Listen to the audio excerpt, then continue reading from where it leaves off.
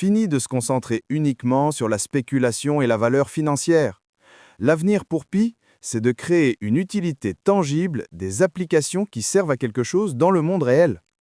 Passer d'une application de minage à un écosystème qui veut faire tourner des robots et se connecter aux banques, la vision est incroyablement ambitieuse. Jusqu'ici, Pi était critiqué comme un actif spéculatif sans usage clair.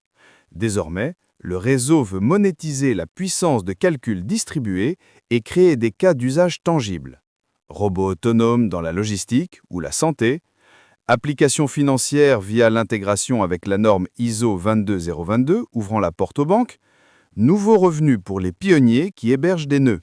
Aujourd'hui, on va décortiquer une histoire assez folle. Comment une simple application de minage sur téléphone est en train de pivoter pour devenir le cerveau de futurs robots. C'est un virage stratégique majeur pour le réseau Pi, un virage qui pourrait bien redessiner les liens entre crypto, intelligence artificielle et robotique. Voilà, cette phrase résume tout. C'est un changement de cap absolument énorme.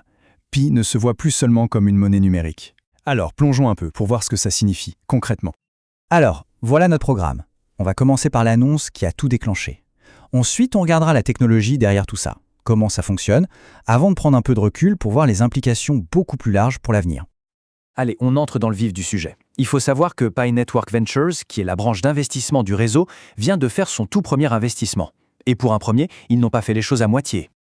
Et attention, ce n'est pas juste un petit partenariat, c'est un vrai soutien stratégique à une boîte qui a une vision hyper ambitieuse, créer une sorte d'intelligence partagée pour les machines du futur.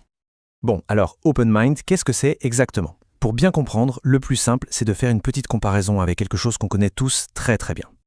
L'idée au fond, c'est de créer un cerveau universel pour tous les robots. Imaginez un peu. OpenMind voudrait permettre à n'importe quel robot, peu importe son fabricant, de penser, d'apprendre et de travailler avec d'autres robots. C'est un peu comme Android, qui a unifié le monde des smartphones, mais appliqué au monde de la robotique. Et le mot-clé ici, c'est décentralisé. C'est vraiment la pierre angulaire de tout le projet. Pourquoi? Parce que ça s'attaque à un problème énorme en robotique. Comment faire pour que des machines de marques différentes puissent se faire confiance et se coordonner sans passer par un serveur central qui contrôle tout? Ok, mais alors, comment la technologie de Pi vient aider cette vision? D'où vient la puissance de calcul? Eh bien, la réponse, elle se trouve dans sa communauté gigantesque. Le réseau Pi compte plus de 350 000 nœuds actifs partout dans le monde.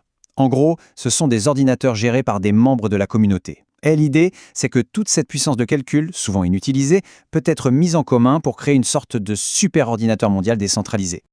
Et ça marche. Un premier test a prouvé que le concept était viable. C'est un scénario gagnant-gagnant. D'un côté, OpenMind a accès à une puissance de calcul mondiale et à bas coût. De l'autre, les gens qui opèrent des nœuds Pi ont une nouvelle façon de gagner des récompenses, tout en participant à un projet concret. Ça crée de la valeur réelle. Ce partenariat, en réalité, c'est bien plus qu'un simple accord technique. C'est le symbole d'un changement de philosophie bien plus profond pour Pi, une vision qui a été clairement exprimée par sa fondatrice. Le message est on ne peut plus clair. Fini de se concentrer uniquement sur la spéculation et la valeur financière. L'avenir, pour Pi, c'est de créer une utilité tangible, des applications qui servent à quelque chose dans le monde réel.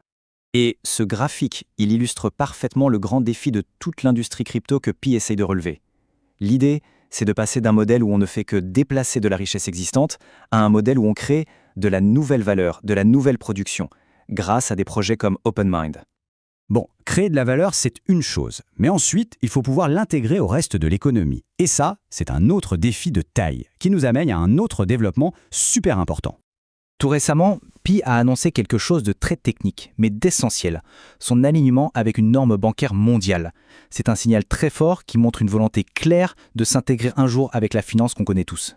Pour faire simple, il faut voir cette norme, ISO 2022, comme une sorte de Google Traduction pour les banques du monde entier. Ça leur permet de parler le même langage et de s'assurer que les informations circulent sans problème entre elles. En faisant ce choix, Pi ne joue plus tout seul dans son coin. Il se place aux côtés de projets déjà bien établis, comme XRP ou Stellar. Des projets qui visent une compatibilité de niveau bancaire et pas seulement une utilisation de niche dans le monde de la crypto. Et là, le timing est absolument crucial. En se préparant dès maintenant, Pi anticipe une date butoir importante, novembre 2025, date à laquelle les grandes banques devront avoir adopté cette norme. Il prépare le terrain pour un futur où la finance classique et la finance numérique seront bien plus connectées. Alors, si on prend un peu de recul et qu'on assemble toutes les pièces de ce grand puzzle, qu'est-ce qu'on voit? Eh bien, une stratégie globale et étonnamment cohérente commence à apparaître. D'un côté, on a une communauté gigantesque de plus de 60 millions de personnes. Ensuite, ce projet ajoute une couche d'utilité bien réelle avec l'IA et la robotique via OpenMind. Et en même temps, il construit les ponts pour connecter tout ça au système financier mondial. Les 3 piliers sont là. C'est un effort absolument monumental. Passer d'une application de minage à un écosystème qui veut faire tourner des robots et se connecter aux banques, la vision est incroyablement ambitieuse. La question finale et la plus importante reste entière. Est-ce qu'ils vont réussir à construire tout ça? L'avenir nous le dira.